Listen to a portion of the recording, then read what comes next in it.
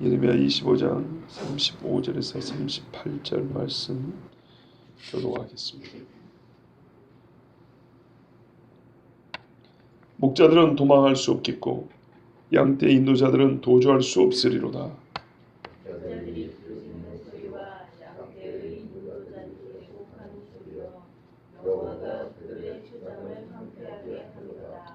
평화로운 목장들이 여호와의 진노하시는 열기 앞에서 적막하게 되리라.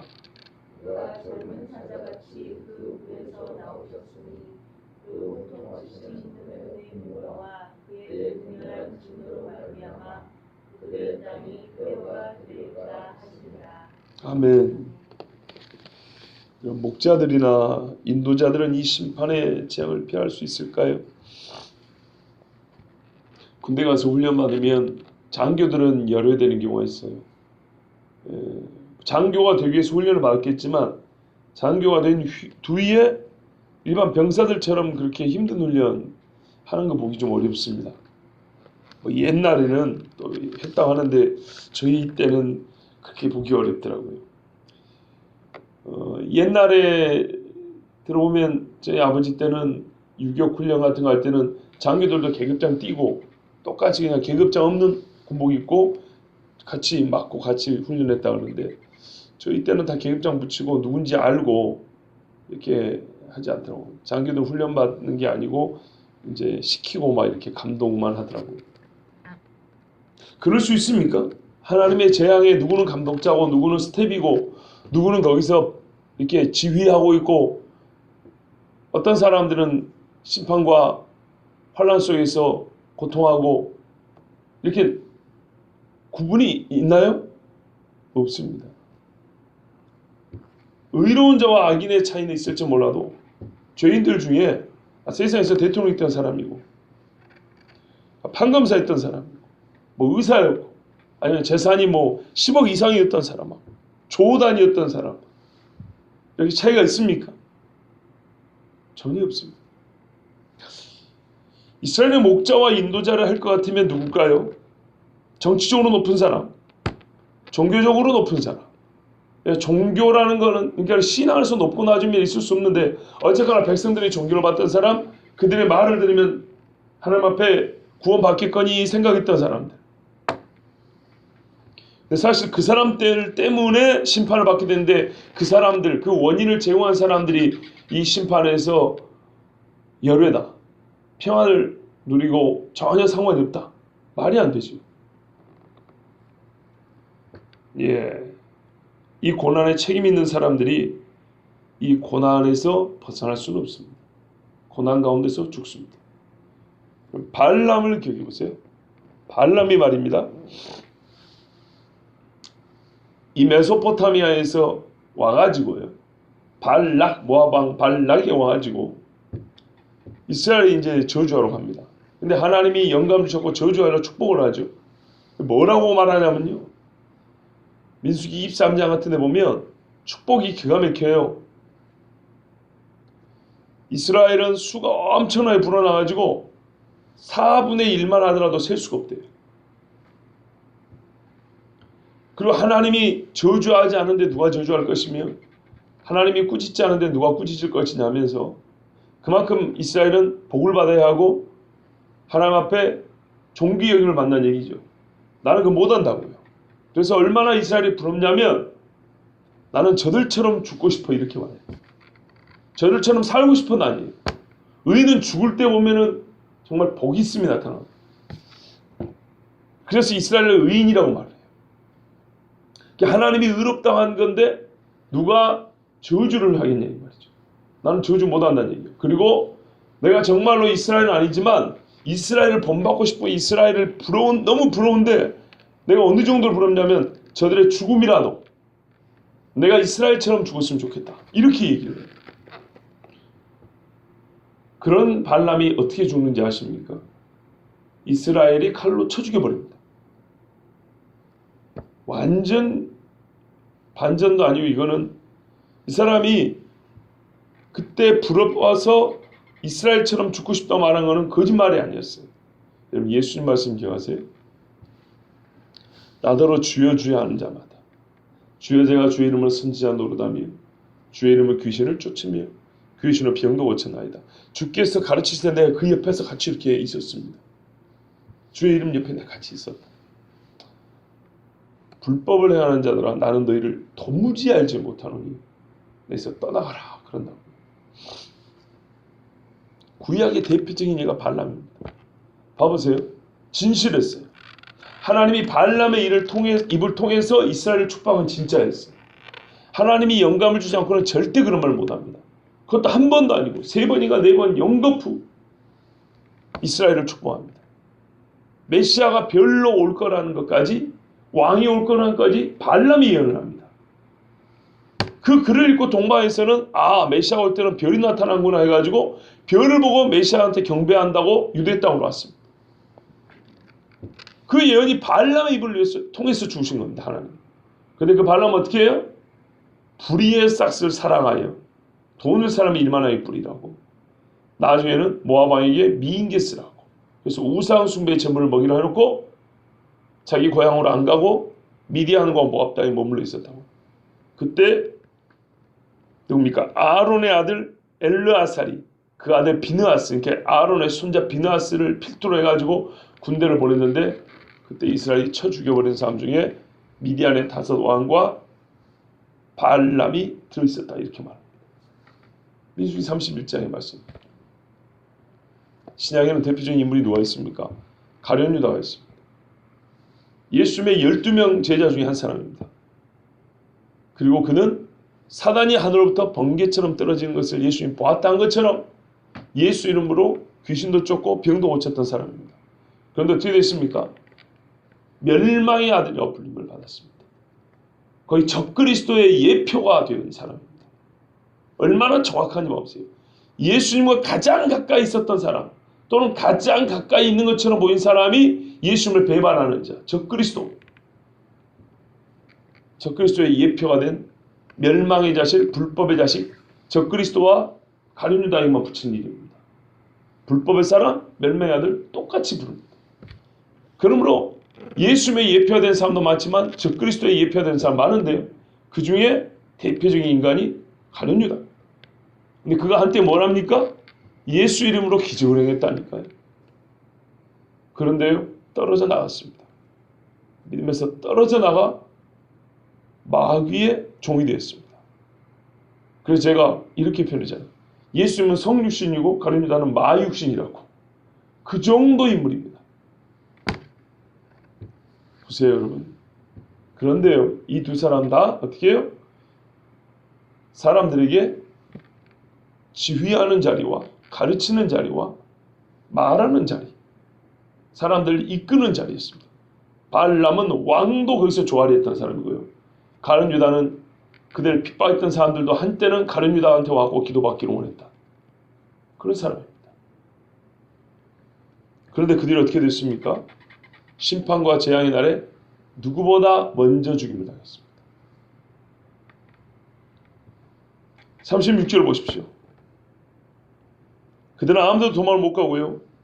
부르짖는 소리, 애곡하는 소리가 그들의 입에서 나올 겁니다. 양떼 인도자들이요, 목자들이 먼저 울고 통곡하며 고통에 꺼이꺼이 할 것입니다. 왜 그렇습니까? 여호와가 그들의 초장을 황폐하게 하미로다. 우리가 이 초장이 이스라엘의 그냥 국토, 실제로 양치기들을 말하는 건가? 이리 생각하면 곤란합니다. 왜냐하면요, 여러분, 이스라엘 사람들은 전부 다 양을 치고 삽니까? 농사꾼도 있습니다. 그러니까 곡식에 첫 단을 가지고 들어오죠. 포도 열매 가지고 오고 떡 만들어 오고, 그죠? 가나안에 들어가서는 양치는 사람보다 농사 짓는 사람이 더 많습니다. 그래서 농사 짓는데 섬겼던 신이 바알입니다. 바알과 아세라입니다. 그 이유를 말씀드렸죠. 땅에 씨를 뿌리고 비가 오면은 이서 쌍이 나는 것처럼 이 남녀의 어떤 성적 결합을 빗대 가지고 그렇게 섬겼던 게 바알과 아세라입니다.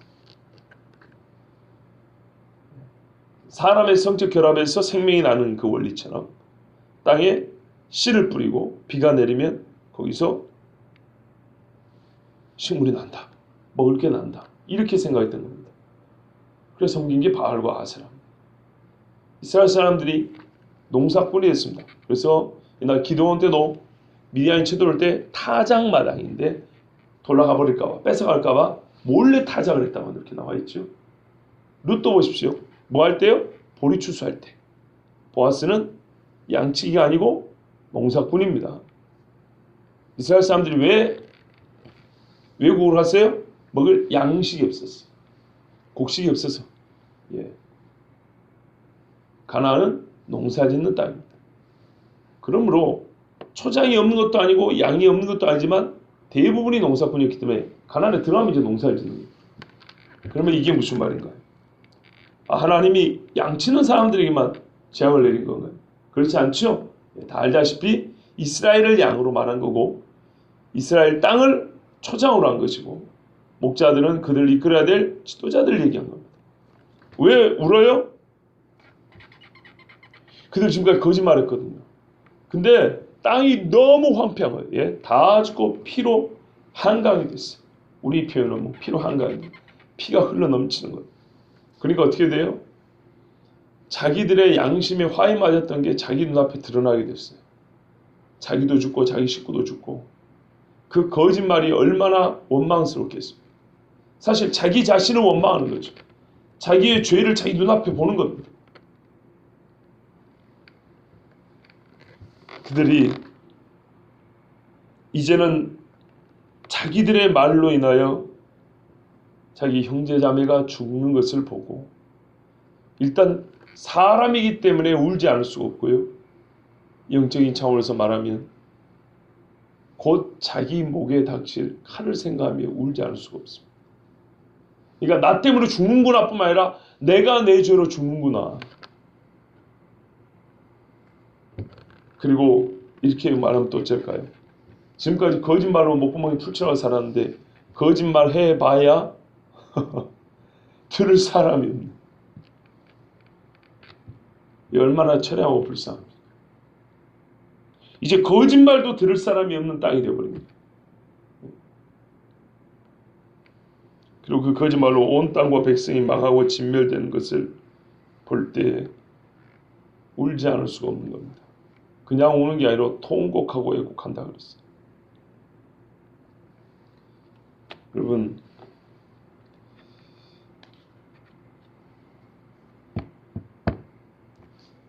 요즘 우리나라 심상치 않죠. 그죠?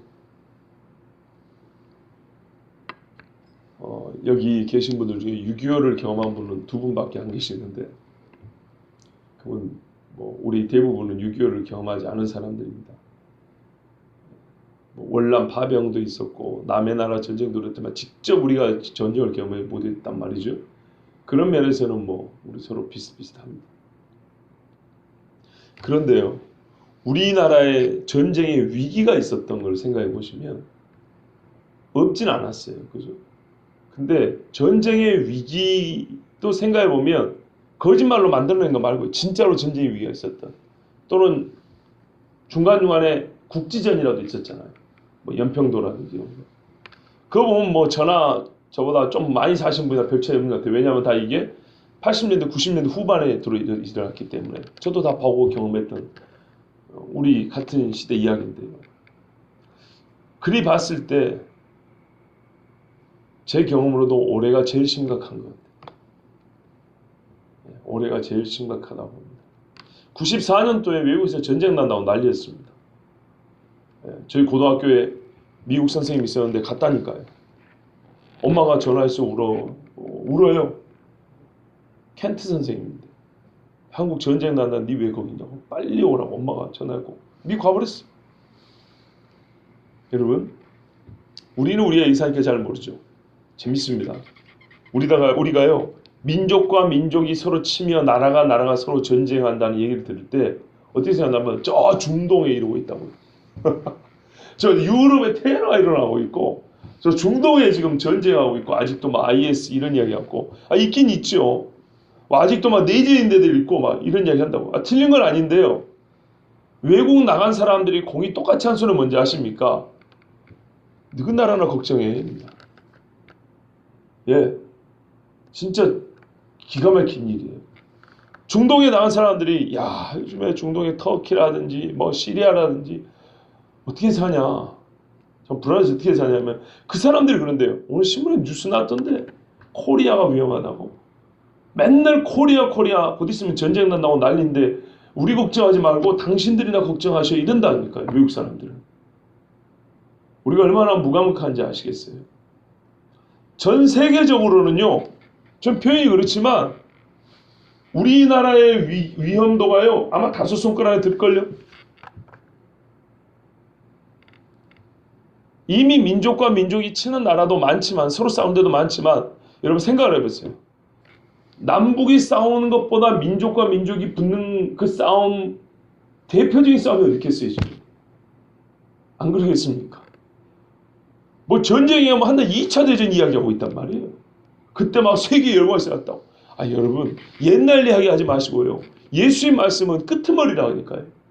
그것들도 끄트머리 들어가는데 대한민국에 전쟁이 날 위험이 지금 엄청나게 높다는 것 아셔야 합니다. 진짜로 아셔야 됩니다. 통일을 주실 수 있습니다. 근데 제가 예전에도 한 2번인가 언급했어요. 통일을 준다는 말이 우리는 통일하면 바로 그 앞에 전제가 있어요. 평화통일하는 전제를 갖다 붙여버리는데 의식적으로 갖다 붙였는데 느낌으로라도 저는 평화통일이라고 말한 적이 없습니다. 전쟁의 방법이 동원될 수도 있다고 분명히 말씀드렸어요. 예전에. 자, 설교 녹음해 놨으니까 확인해 언제인지는 모르는데 분명히 그랬어요. 전쟁의 방법이 사용될 수도 있다. 원하지는 않아요. 저도. 여러분도 원하지 않고 서울에 미사일 떨어지면 여러분이나 저나 위험하지 않겠습니까? 한 방이면 교회 다 날아가 버립니다. 그런데 말입니다. 우리가 지금 예레미야를 읽고 있는데요. 대한민국의 목사들 중에 아니면 교회 지도자들 중에 정말 이 땅에 하나님 전쟁을 막아달라고 우리가 잘못했습니다라고 정말 우리의 죄를 용서해달라고 부르짖어야 되는데 보세요 여러분. 얼마나 우리가 무감각한가.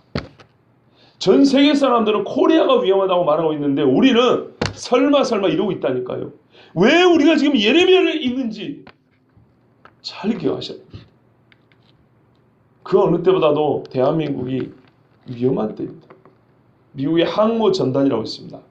항공모함에 군함이 10몇 척이 딸려 있습니다. 여러 가지 종류로. 잠수함이 한 3척 정도 따라옵니다. 2~3척 따라옵니다. 우리가 소위 말하는 핵잠수함들입니다. 핵미사일도 들어있고 일반 미사일도 들어있고 그거 항모 전단 하나면 어지간한 나라 엎어버립니다. 한 나라 국력보다 국방력보다 센 것들입니다. 그게 지금 일본과 한반도 주변에 3개가 떴습니다. 항모 전단 3개가. 아시겠습니까? 미국 같은 대제국이 생각할 때 동아시아에는 항모 전단 하나면 커버된다고 했는데 요 근래는요 곱하기 3배를 해놨어요. 왜 그랬을까 생각하십니까? 위험하다는 얘기입니다. 그만큼. 여러분, 그래서 우리가 성경이 사실이기 때문에 성경은 실제 세계를 얘기하잖아요. 우리 현실을 보라니까요. 그런데 여러분 안 보신다고요. 물론 보신 분도 있겠지만 또 내가 말해 짜잡아서 얘기하는 거예요. 맨날 핸드폰 켜갖고 주식 투자하는 거 올라간다 내려간다 이 실시간으로 어땠죠? 그것만 맨날 보고 있어요.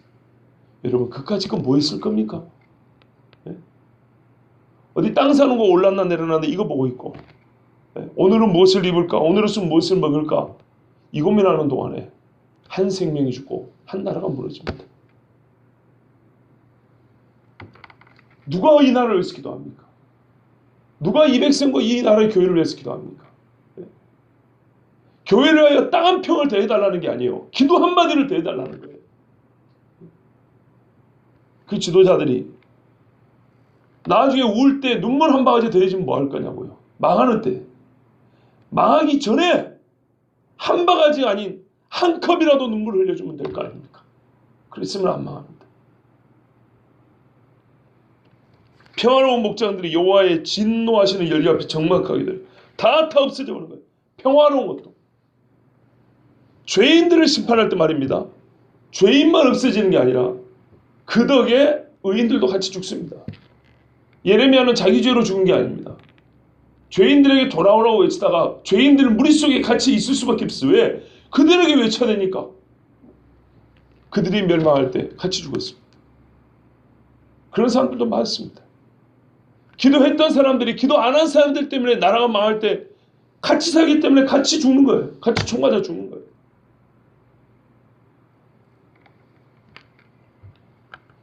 하나님의 칼이 사실은 이 평안한 목장들은 지나쳐도 좋을 텐데 그렇지 않습니다. 우리가 터잡고 있는 이 땅이 더러워졌기 때문에 그 땅 위에 있는 자들은 다 피해가지는 않습니다. 우리 하나님이 젊은 사자같이 굴에서 나왔답니다. 사자가 뭐하러 나옵니까? 배고프니까 사냥하러 옵니다. 움켜쥐고 죽이려고 잡아먹으려고 옵니다. 하나님이 사자가 아니라 사자같이 반드시 움켜준다는 얘기입니다. 고통치시는 분노. 여러분 이게 몇 번이나 반복되나 보세요. 분의 분노와 그의 극렬한 진노로 그 앞에 호통까지 하면 하나님의 진노가 얼마나 맹렬하고 무서운지 한번 보세요.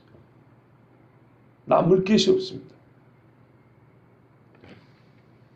전 국토가 황폐될 것이고 한 나라에 포함되어 있는 모든 것이 다 없어질 겁니다. 저는 이 나라가 그렇게까지는 안 될 거라고 생각합니다. 혹 전쟁이 나더라도 완전히 황폐될 거라고 생각하지는 않습니다. 근데 이거는 여러분 어디까지나 제 예상이지 저는 성경도 아닙니다. 나는 선자도 아닙니다. 그만큼 위험하기 때문에 우리는 예측을 하고 준비를 해야 된다는 겁니다. 기도해야 됩니다. 왜냐? 이 나라 하는 꼴을 보세요. 지난 금요일날 들으셨죠? 류진성 전도사님이 설교할 때 뭐냐면 세계 일렉트로닉 댄스 페스티벌이라고 이 전자악기니까는 말하면 락이죠. 춤잔치가 대한민국 인천에서 열린다잖아요. 규모는 아시아 최대 규모라 전 세계에서 몰려든다니 9월입니다. 그런데요. 엊그제 말씀드렸나요? 사탄을 숭배하는 사탄교가 있습니다. 사타니스트. 그 사람 누구시켜 보죠. 우리가 뭐 하나의 2단 정도죠. 얼마나 규모가 큰지 아십니까? 전 세계적입니다. 사탄 종교를 사탄을 믿는 진짜 사탄을 믿어요. 불상을 세워놓고 나무아미 탑을 하는 게 아니고 아예 사탄을 믿는다고요. 의식에 피를 흘려요. 사람을 죽이고 인육을 먹고 이 사탄교를 믿는 사람들이 말입니다. 그들의 왕 사탄이 하늘에서 내려온다고 믿는 날짜가 있습니다. 그게 언제인지 아십니까? 올해 9월 23일입니다. 이른바 이걸 니비룬가 이렇게 부릅니다. 소위 우주 물리학자들은 그때 하늘에서 무슨 일이 있을 거라고 말합니다. 이 별들의 징조가 있다는 겁니다. 사탄교인들은 그거를 사탄이 내려온 걸로 생각합니다. 거기다 누가 하늘에서 뭐가 뛰어갖고 떨어뜨린 어떤 쇼를 하게 되면 대번에 믿겠죠. 근데 성경에 이런 말씀이 있습니다. 하늘에 큰 전쟁이 있어. 미가엘과 그의 군대와 사탄과 그의 졸개들이 싸우는데 이 악한 영들이 하늘에서 쫓겨 내려가 땅으로 내려갔는데 분을 품고 내려가더라. 그의 때가 얼마 되는 줄 알고 성도들을 잡아 죽이려고 분을 품고 땅으로 내려가더라. 이 말씀이 있는데 과연 그 말씀이 만약에 올해 9월이면 만약이 말입니다. 왜? 사탄을 믿는 사람들이 말하면 자기들의 왕 사탄이 올해 9월 23일 내려온다고 그렇게 자기들은 기다리고 있습니다. 나름대로 그들은 계산법이 있어요. 여러분 그렇다면 만약에 그게 진짜 맞고 뭔가 하늘에 뭔가 나타난다면 우리는 그거를 내막을 정확히는 알지 못하지만 적어도 성경이 가르쳐준 거에 의하면 아하 진짜로 깨어있어야 합니다.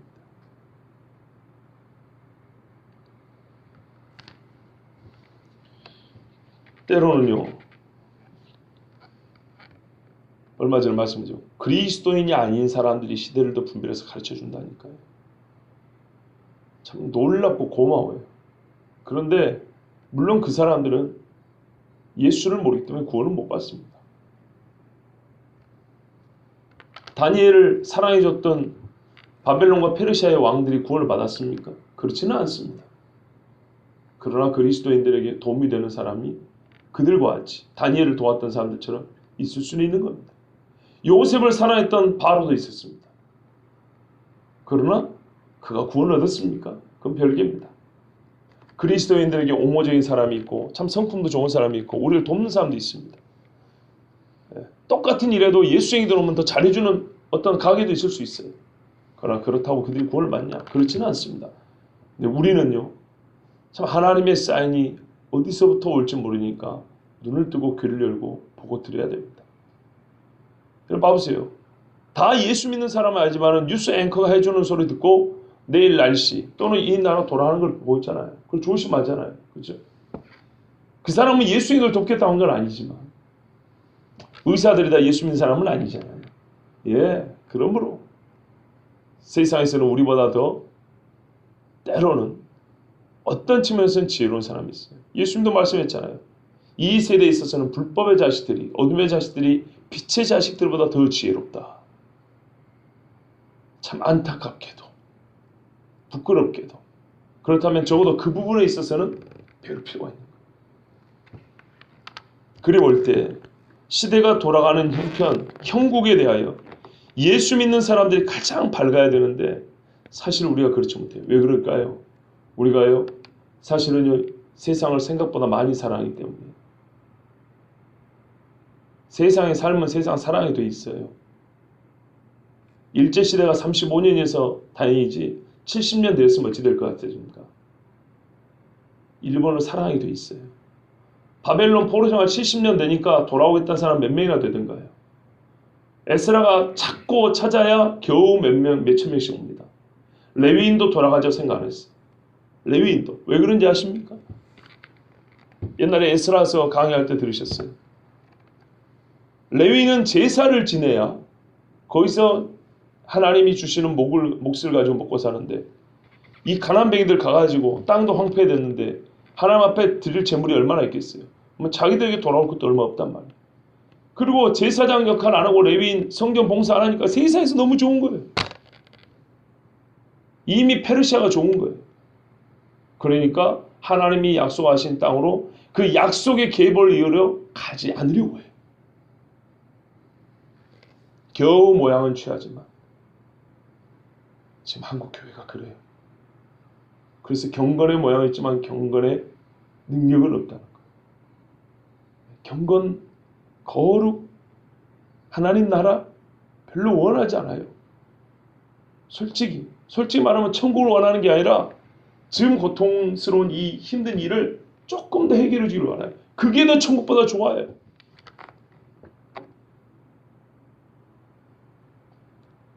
참 안타까운 일이지만 그렇게 되어가고 있습니다. 신학교에서 가르치는 복음이요 구원이 아닙니다.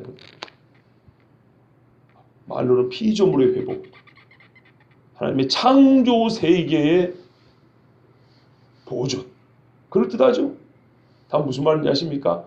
현 세대 안에서 우리가 사는 이 육체 세대 안에서 누리는 복을 얘기하는 고상한 기복주의입니다. 사실. 여러분 그렇다면 진짜 오늘 이 말씀들을 계속 우리가 들으면서 해야 될 게 뭐냐면요. 재앙이 내려지는 이유는 딱 하나 있어요. 죄입니다.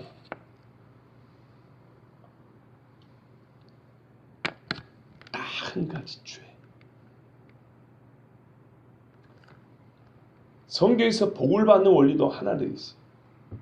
예수님이 요한복음 14장에서 뭐라 하냐면요. 14장 15절 나를 사랑하는 자는 나의 계명을 지킬 것이니라.